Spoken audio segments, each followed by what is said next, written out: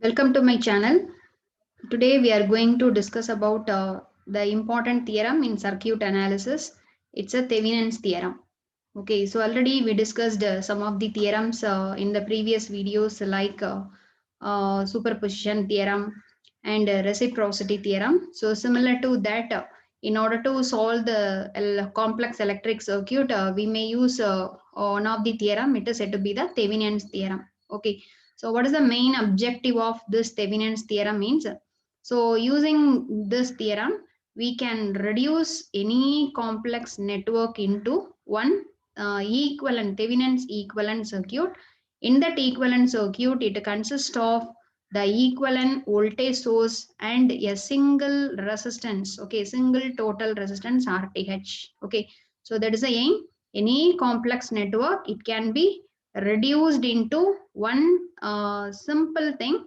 In that, we can simplify into one equivalent circuit. In that equivalent circuit, it consists of only two elements. One is the equivalent voltage source in series with the equivalent resistance. Okay, so this is said to be the Thevenin's theorem. And this reduced equivalent circuit, it is connected to the remaining part of the circuit in order to find the desired current and voltage. Okay, so after reducing that particular circuit into the Thevenin's equivalent circuit, we can calculate. Okay, so what is the question they are asking? So we can find out the desired current and voltage across the particular element. Okay, and this Thevenin's theorem, it is based on circuit equivalence. Okay, so any one type of circuit we can simplify into one thing. Okay, so that is based on the circuit equivalence. Okay, so you just consider this is one linear circuit. Okay, linear circuit A, and for this linear circuit is connected with one load. This load may be linear or non-linear, but the circuit must be linear. Okay, so if this type of one complex circuit or network is available means this linear circuit. Okay, so this linear circuit consisting of some multiple voltage sources, current sources, some different resistances connected in different configuration. So we can replace this complex circuit, linear circuit A by simply the two element. One is the voltage source in series with the equivalent resistance RT. Okay, then finally we have to connect this load. Okay, and after drawing the complete diagram, you just find if the question is current flowing through this load means, so using KVL you just find the current flowing through this load, or if the question is voltage across that load means you may find the voltage. Okay, so this is said to be the Thevenin's theorem. Okay, so then so in the circuit, this left of this xy. Okay, so this voltage source in series with the Thevenin's resistance, it is called as a Thevenin's equivalent circuit. Okay, so this one is called as a Thevenin's equivalent circuit. And from that, the Thevenin's theorem may be stated as, so you see, a linear two-terminal circuit can be replaced by the equivalent circuit. Okay, any linear two-terminal circuit, it can be replaced by an equivalent circuit. That equivalent circuit consisting of the two elements. One is the voltage source VTH in series with the resistor RTH. Okay, and what is this VTH means? The VTH is the open circuit voltage. Okay, this VTH is said to be Thevenin's voltage, and this VTH where we have to measure means once we are removing the load, that terminal becomes open circuited. So across the open circuited, you just measure the voltage. That voltage is calling it as a VTH. Okay, and RTH, it is said to be the total equivalent resistance across that open circuited end. Okay, so it is said to be RTH. So while calculating this RTH, we have to make all sources are turned off. Okay, we have to make in a given circuit all voltage sources and current sources, we have to make it as a deactivate condition, that is turned off. Okay, so this is the definition for Thevenin's theorem. So this definition is an important 2-mark question. Okay, and in order to solve the problem in Thevenin's theorem, so we have to follow some steps. Okay, so what are all these steps we have to discuss? and we can solve the problem. So the first step is to you just divide the original circuit into circuit A and circuit B. Okay, so this is our given total circuit, means that original circuit you divide into two things. One is circuit A and another one is circuit B. The circuit B is said to be the load. Okay, so the circuit B is a load, and except this load, the remaining part of all circuit is a circuit A. Okay, so you just divide the original circuit into circuit A and circuit B. Circuit B is said to be the load, and the remaining circuit is a circuit A. Okay, and in this, the circuit B is the load. Okay, so which may be linear or non-linear. So this circuit B may be, this load may be linear or non-linear, but the circuit A, okay, the remaining, the balance of the original circuit compulsory a linear. Okay, it is a condition. So this circuit we are going to draw the Thevenin's equivalent circuit for this linear circuit A, not for this B. Okay, so that's why except this load, the circuit A compulsory, it should be a linear circuit.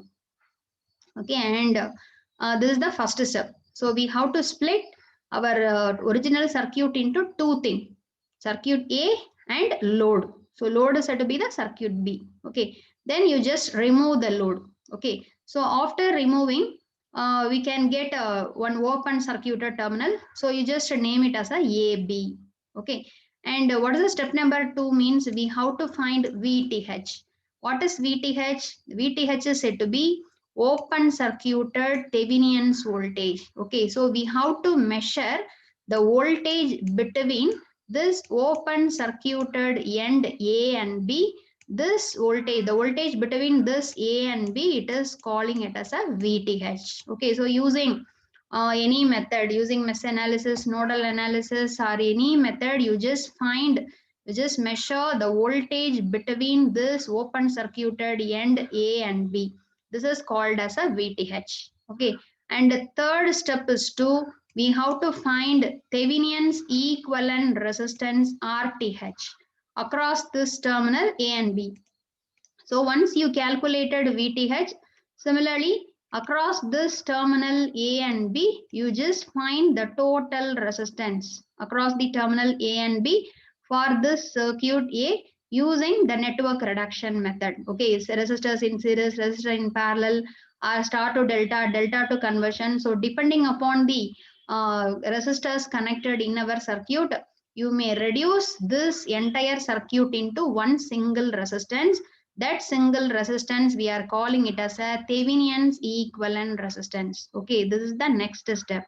Okay, so first step, you just remove the load. Okay, and after removing the load, for the remaining circuit only, we have to draw the Thevenin's equivalent circuit.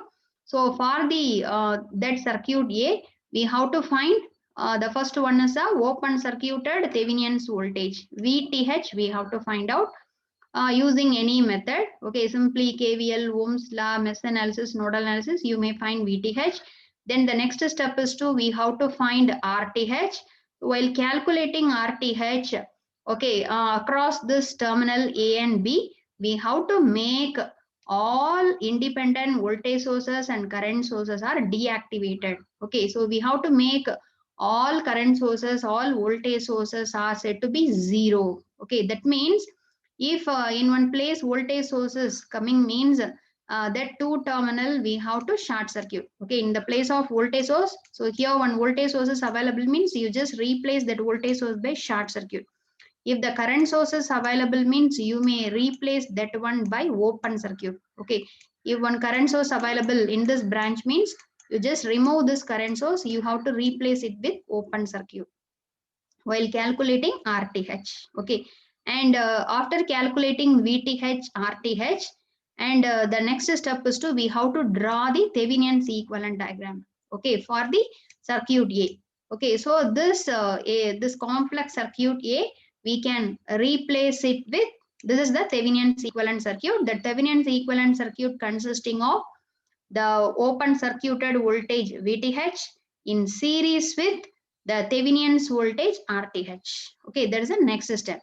And the last step is to, you just reconnect the circuit B. That is, the circuit B is said to be load. Okay, So in first step, we are removing the load, that load you just reconnect with this Thevenin's equivalent circuit. So in this Thevenin's equivalent circuit, across this terminal A and B, you just connect the load. Okay. Then after connecting, so we can get one closed path. Okay. So through this closed path, you just find what are the variable we want. Okay. So if the question is current flowing through this load means you just find the current. If voltage across the particular load they are asking means you just find the voltage. Okay. So after that one, you just find our variable of interest, either current or voltage. Okay. So this is the procedure in order to solve the Thevenin's theorem. Okay. So simply think 5 steps we have to follow. The first step, you just remove the load. After you just identify the load and remove the load. In the okay, after removing, you make that two terminal as a open circuited terminal A and B. Okay. Then the second step is to we have to find across this terminal A and B, we have to find the open circuited voltage. That open circuited Thevenin's voltage is called as VTH. We named as a VTH. Then the next step is to we have to find the total resistance across this terminal A and B. Okay, that is said to be RTH. While calculating RTH, the important thing you should know, all energy sources we have to make zero. That is all voltage sources and current sources we have to deactivate. Okay, if it is a voltage source means you just replace by short circuit. If it is a current source means you just replace by open circuit. Okay, so using the network reduction method, you just find the RTH. Okay, once VTH, RTH calculated, you just draw the Thevenin's equivalent model for the circuit A. Okay, so the circuit A is replaced by Thevenin's equivalent model. So after drawing the Thevenin's equivalent model, then you just connect the load. Okay, so in first step we removed the load, that load you just connect. Okay, that load you just connect in a proper point A, B.